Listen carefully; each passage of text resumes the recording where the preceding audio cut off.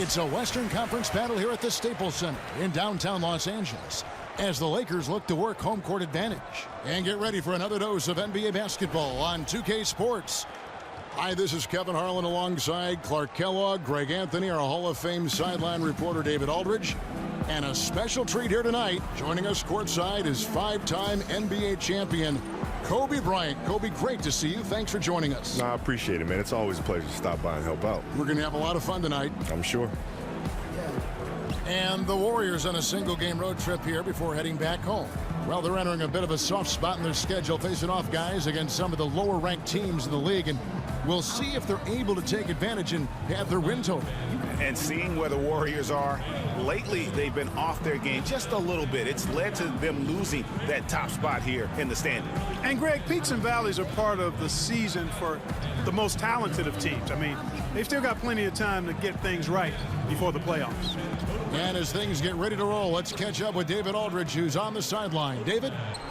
Well, Kevin, the Warriors are one of the best offensive teams in the league, and Steve Kerr talks about his offensive philosophy often.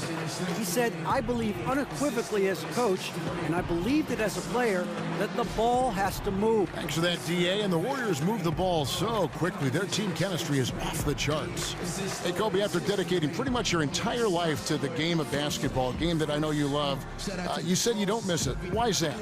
Well, because I've been through that process. I mean, I started playing the game when I was like 2 years old. And, you know, playing professionally for 20 years, I left no stone unturned. So there's no regrets there. You know, I've done everything I could possibly do. And truthfully, the game is still with me. You know, the discipline has changed. The industry might have changed. But the same approach, the same things that I've learned from the game, I carry with me to this day. So the game is still inside of me. Here we go. And it's the Warriors to start out. All fueled up and ready to go. Let's check out who's on the floor, courtesy of Gatorade. And Golden State looking at who they've got. Lethal shooting pair of Clay and KD out on the perimeter.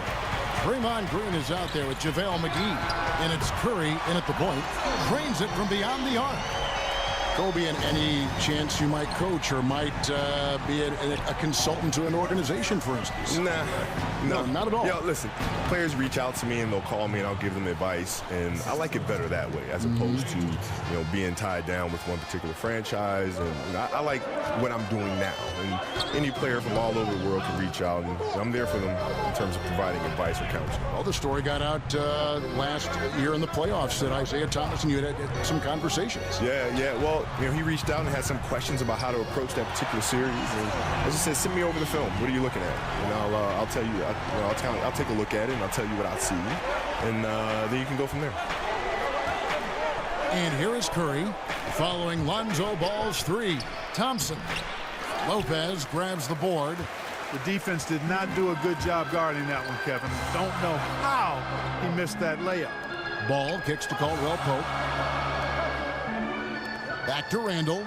Kobe LeBron said he learned so much about how to approach the game when you shared the floor on Team USA. What was it like playing with a guy like him, as you also played with Jordan, and then going up against him all those years? Well, I think it was a shocking experience for them because I don't think they realized how much I talk trash. And so, no, yeah, what? I don't think they knew because, you know, when you from a distance, you say, Kobe, we thought you were really quiet and all sort of stuff, and you get to practice and I just don't shut up. And I'm just saying really brutal things about their game. It's just, you know, they're getting really ticked off. But yeah, then, because you were right. Yeah, but then you're the honest. intensity of practice goes up another level, and then we'd all go out to dinner, and then the next morning, you know, we come into the meeting, and I've already been working out for 2 hours. So then they see that, and then, you know, D-Wade would come up and say, hey, man, I want to join you in your workouts. What time are we going? 5 a.m. I could be down there working out. And then Bryant said, I want to come too. And Bryant would show up. And then Melo would show up. And all slowly but surely, we have our whole USA team in the gym at 5 o'clock in the morning. What a training. constructive time out Oh, for those other players. But it was fun for all of us because we got a chance to hang around each other and think about the competition, right? So now when we come back to the NBA, fans are getting a better product, right? Because we've all been working out and pushing each other and getting better off of each other. So now when we step on the court to compete against each other, that means we have to take our games to another level. That's a great story. Yeah. That's a great story. It's good. Gotta love the smooth shooting stroke of Thompson. Outstanding at shooting as soon as he catches the ball. Pass to Elijah one. And Kobe, your spectacular high school career at Lower Merion High School in Philadelphia, in that Philadelphia area, paved the way for your NBA career. Talk about some of the highlights of your days in high school. Well, my days in high school they were fun. I mean, I played in a small high school called Lower Merion High School, so not too many people heard of it. You know, when you come to Philadelphia, the schools that you hear of are Overbrook, where Wilt Chamberlain went to school, Bartram, right, where Earl the Pearl Monroe went to school, right? But you never heard of little old Lower Merion High School, right? So it was a huge honor to be able to bring a state championship to Lower Merion and kind of put Lower Merion on the map. And that's the most exciting part about it. Oh, a terrific story indeed. A huge honor, I'm sure. And here is ball. After the three-pointer from Klay Thompson, Curry with the defensive effort. When he's got that kind of positioning, he's got to score it. Got to score the ball from there. And Kobe, you look around the league and you see a lot of former players as head coaches, guys that you actually played against. Have you ever thought about coaching down the line? Nope. No, I have not. Not for me. You know, it's for them, though, but it's not for me. I would think that it would be tough to try to get the same result out of players you coach and not comparing it to the way you played, the way you prepared, the way you were coached. That's what I hear. I just don't have the desire to even think about it that far. I mean, it's not something that I'm into. But that's the challenges I hear. You know, when Bird was coaching, when Magic was coaching, I always hear that as being the challenge. But ultimately, you have to find different ways to motivate players. And, nobody's the same, right? So you just have to figure out how to get them to their highest level. But still in all, coaching is just not for me.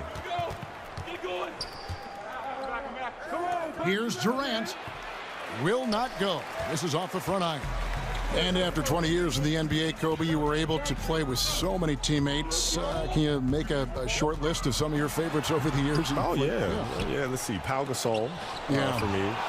Derek Fisher. And a quality person, too. Oh, yeah. I mean, just the nicest guy you'll ever meet. Yeah, right. And Derek Fisher, Ronnie Turioff is one of my all-time favorites. Lamar Odom, Shaq, obviously, Robert Horry, Rick Fox. I mean, I've been very fortunate to play with some great teams. Horace Grant, A.C. Green. I mean, the list goes. Brian Harper. I mean, I can go on and on all day long. Brian Shaw. I mean, I was very fortunate to have some really good teammates. So timeout called here, the first for Los Angeles. Kobe, you're a father. You've enjoyed that process, but basketball got in the way a lot of it. How do you balance fatherhood and playing at the level you played at? Yeah, when I was winning championships there, our kids were still relatively young, or I should say babies. In my last few years, they were older and knew they could really feel my absence. And so what I try to do is try to bring them along for the process. So there were mornings I would wake them up and say, let's go. So we're going. Well, Daddy's going to go train, so let's go. No kidding. And I bring them with me. And they'd be in the gym shooting around or kicking a soccer ball around or hitting the volleyball around. But I felt like it was important as a father to not just tell them about hard work, but they need to see what I'm doing. When you're sleeping, this is what I'm doing here for 3 hours. And so they're a part of the process and feel connected to the process. But traveling and things of that nature is very, very hard because there's been plenty of birthdays that I've missed and school plays that I've missed. Here's Clarkson after the made shot from Klay Thompson. And he's fouled pretty hard on that shot, but he's got the chance to pick up the points at the line. Traveling was a part of your job, a part of mine. You missed some things with the kids, but I know you take pride, Kobe, in the fact that you made it to a lot of things as well. You were not an absent parent. Well, yeah, I mean, it's, I having a great partner. I mean, my wife has been absolutely amazing, which I think is extremely important as well, because she really held down the fort at home, which to me is the toughest job in the world to do. I have it easy in terms of going out there and playing games, but to have the responsibility of actually raising young people to be outstanding citizens. You talk about pressure. I mean, that's I have to ask her how she feels about handling that. You know what I mean? Because that's true pressure. Well said. Both good from the line that time. One of those.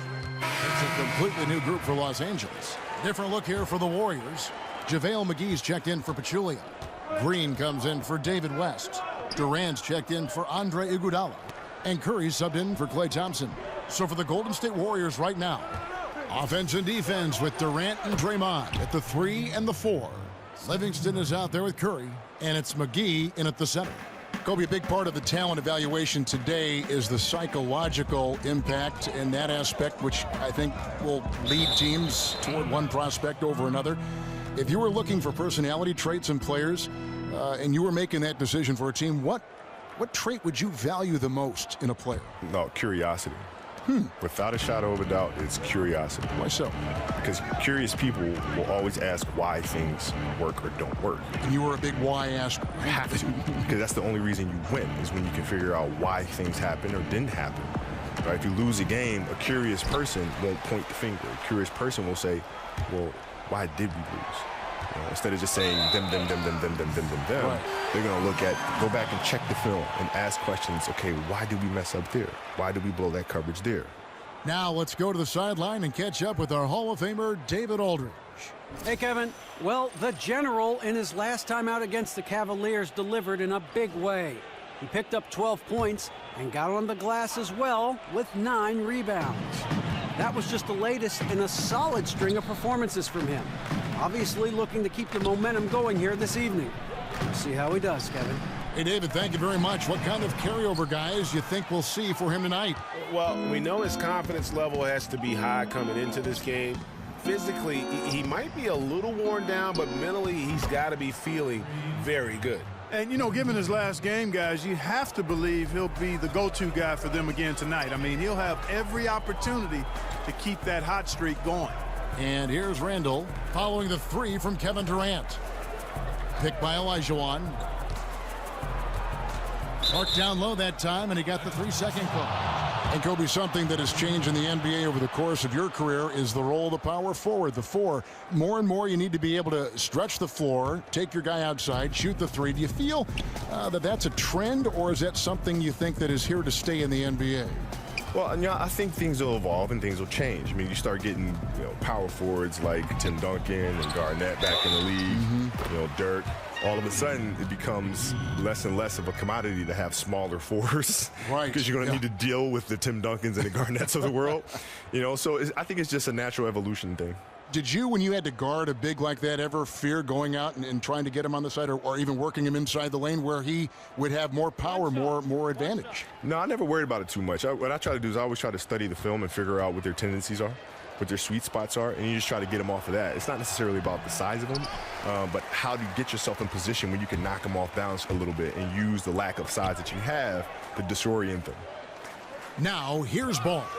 9-point game his last outing. The dish to Olajuwon. 6 to shoot. Out to the right wing. It's stolen by Green. Oh, and here we go with Durant. Nobody back. Whoa! Hey, watch out now. Watch out.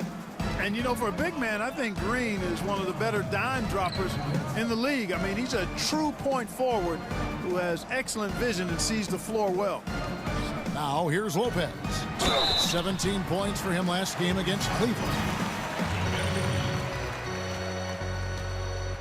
And let's get your take, guys, on the scoring breakdown for the Warriors. They've made the commitment to get out and run, and it's paid off with some highlight reel plays in transition. They've gotten their fair share of points off turnovers so far tonight, too.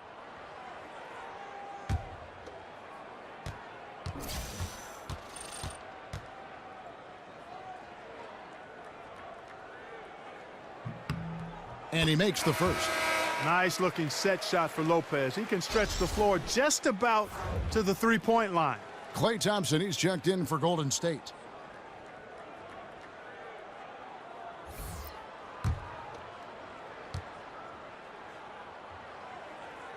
That misses, so he splits the free throws. Yeah, this kind of free throw shooting just leaves a coach shaking his head. I mean, they have been awful from the line this quarter. He's been on the roll this quarter, really leading the way for his team right now. Olajuwon with a screen on Durant. Randall with the ball. Now Green defending. Olajuwon kicks to Randall. Lopez dishes to Olajuwon. 6 on the shot clock. Lopez a screen. The Lakers need to get a shot off here. Los Angeles with another miss. Hey, Kobe, thanks so much for stopping by and having some fun with us tonight on the broadcast. Hope we can do it again real soon. Absolutely, man. Thank you for having me. Kobe Bryant. And Clark, you've been broadcasting for the entire span of Kobe's playing career. How is it to share a booth with someone who you've watched progress throughout their entire career? Well, it certainly reminds me that I'm moving into that last block on the demographic charts. I'm in the early third quarter, if you will, that's for sure. But it's a treat because it's wonderful to see how he grew as a player and as a man, and much respect for Kobe Bryant because he's a first ballot Hall of Famer and doing great things off the court, too. The offensive rebound, McGee, and the slam dunk by McGee. And guys, that's his game. I mean, battling in the paint and cashing in on those second chance opportunities. And Greg cashing in hard. I mean, man, oh man, he puts an exclamation point on that dunk. Yes. Guys, that's the only way he knows how to do it. Soft, I don't even think is in his vocabulary.